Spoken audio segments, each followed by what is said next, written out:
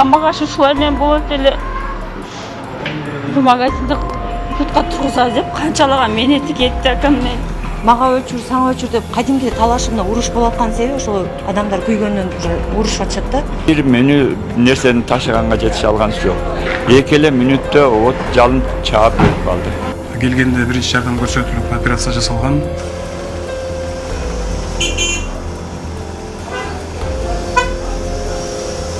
Жалал Абад шаарындагы Береке базарында өрт кырсыгынан кийинки тазалоо иштери жүрүп жатат. Айтырбай келген тийсиз жоодо соодагерлер көз алдында жылдап чогулткан кирешесинен айрылышкан. Бүгүн эми жабырлануучулардын жакындары чогулуп, ээлеген орнуктарын бузуп, күйүктөрдү алып чыгышууда. Энем канча менети кетти бул жерге. Бардыгы күйүп күл болду. Ушул мыяктагы магазинден чыгыпты да өртчү. Неден чыгыптырбы? Токтон атат. 2 күн немени кондиционери жандырып кетип койгон экен. 2 күн ошо жанып туруп калыптыр. Анан кийин 3-чү күнү уже баягы кондиционер жандырып калса кызып кетет го. Токту көтөрө албай жарылыптыр да ошол себептен. Анан бул жактан жарылып, ток уже баягы өрт күйүп келишекти. 2 жактан өчүрүштүр да баягы пожарныйлар.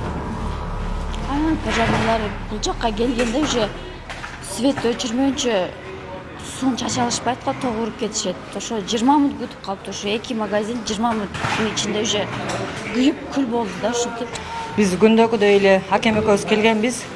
Магазиндердин ичин ачып, мен кадимкидей кассада сода кылып атканмын клиенттерге. Анан даң-дуң эткен 3 үн чыкты. Мен ошол тапта деле акем өдөдө иш кылтат окшойт деп маани бербедим. Акыркы үн аябай катык чыкты да. Клиенттер менен общий жүгүрүп чыктык. Чыксак бияктан от жалын болуп атыптыр. Акем ошакта экен. Аке бере кабасың десем, неге деди. Биздин эскалатты ачың дедим. Десем, биздин өзүбүздүн светти өчүрүң деп мен акем өзүмө чакырдым дагы. Акем сразу автоматты таштады. Эскалатты аштырдык. Андан бул жерде сууларыбыз бар болчу, 10 литрлик, 5 литрлик алмаз магазинге ташыдык. Баардыгы өчүрүп калайлы деп. Анан ток өчпөй калды. Тилекке каршы ток өчкөндө мынчалык болбосо керек деп ойлойм. Эрнестбек Ормоков, президенттин өкүлү Тилек Текебаев, сизден сураныч, базардын акыбалын көрдүм, сырты ичектешин бүт чынын айтканда бардак талапка жооп бере албайт. Себеби 10 күнгө жабыш керек. Аккуратный кылып баардыгын жууп тазалап, ушу этек башына чейин адам өтө албайт да. Анан бизге дагы мешайт кылып атат. Себеби ушу 10 күнгө жаап коюш керек болуп атат базарда. 10 күнгө санитардык тазалоо, ошонун ичине баары бүтүрүш керек болуп атат. Бар деле жараксыз болуп Жараксыз болуп калды. Контесттер эми баягы себеби ушунчалык болбой калгандарын эми кыргытабыз, кечээ колго илешкенин гана алып калдык да бuyerdачы. Ушуга деле шүгүр деп сүйүнүп. Телсиз жоо өтө тездик менен жайылып, мында 8 дүкөн толугу менен күлгө айланган. Соода жайларда азык-түлүк, турмуш тиричиликке керектүү буюмдар дүңүнөн сатылчу. Жабырлануучулар ири өлчөмдө материалдык зыянга учурап, ордун кантип толтурушту билбей турушат. Чындыгында жаман иш болду. Нол жакта бүт бардыгы баягы бумага, сумага болчу. Муламайткалар бар эле да бuyerdачы. Тамактар турган. Эчтемке калбады.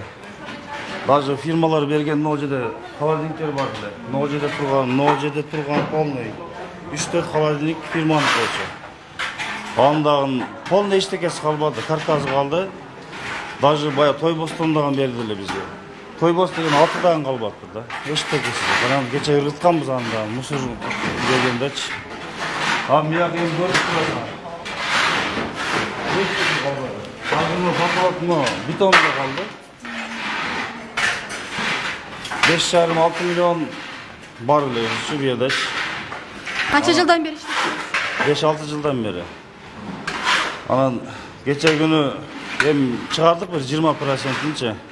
Андан 50% мындай жакшы эмес да, жараксыз. Ошондо деле бир 10% калышы мүмкүн да.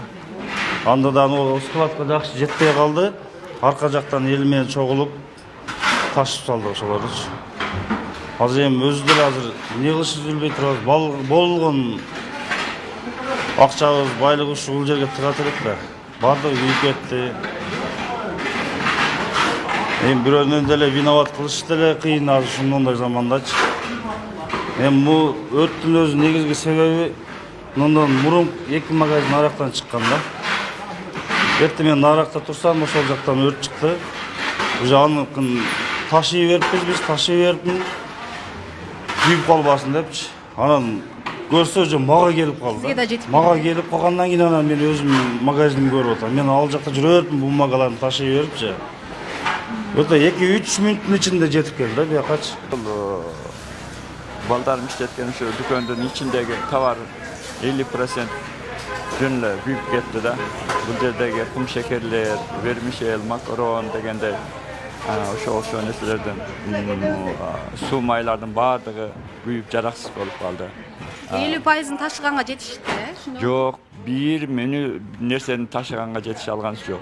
2 minütte ot jalın çağıp verip kaldı. Bir nerse alıp çıkanız yok. Tok emin bayağı büyük nersesini aytып atam da 50% nerse büyük ketти. Ошо товардан. Анан Бул жолдо канча миллиондук товар бар эле бул жерде? аны болжолдоп айтыш кыйын да, себеби биз отурун кичине каражат тапсак киргизе берет экенбиз, каражат тапсак киргизе беребиз. Бул 1 жылдык эмес да, бир 10 жылдан бери топтолгон Акча ушул жерде турган, акчанын баардыгы ушул жерде да. Баардык мүлк ушул жерде жыйнала берет да.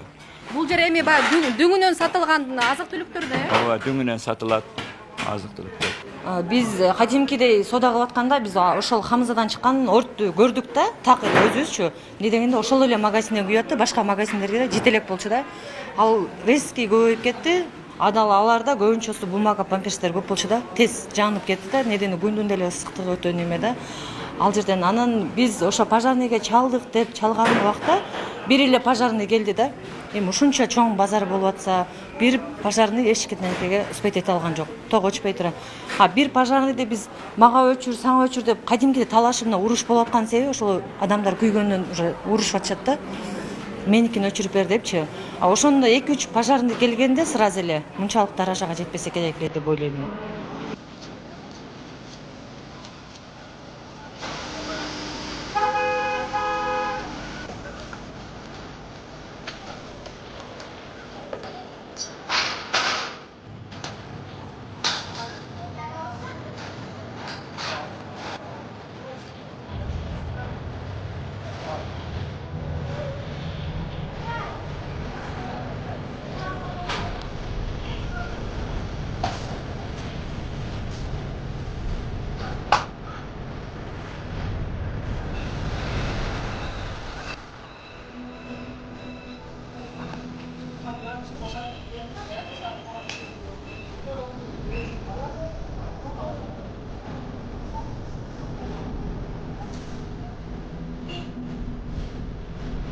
Много жардым жол, мынагы аркы жол.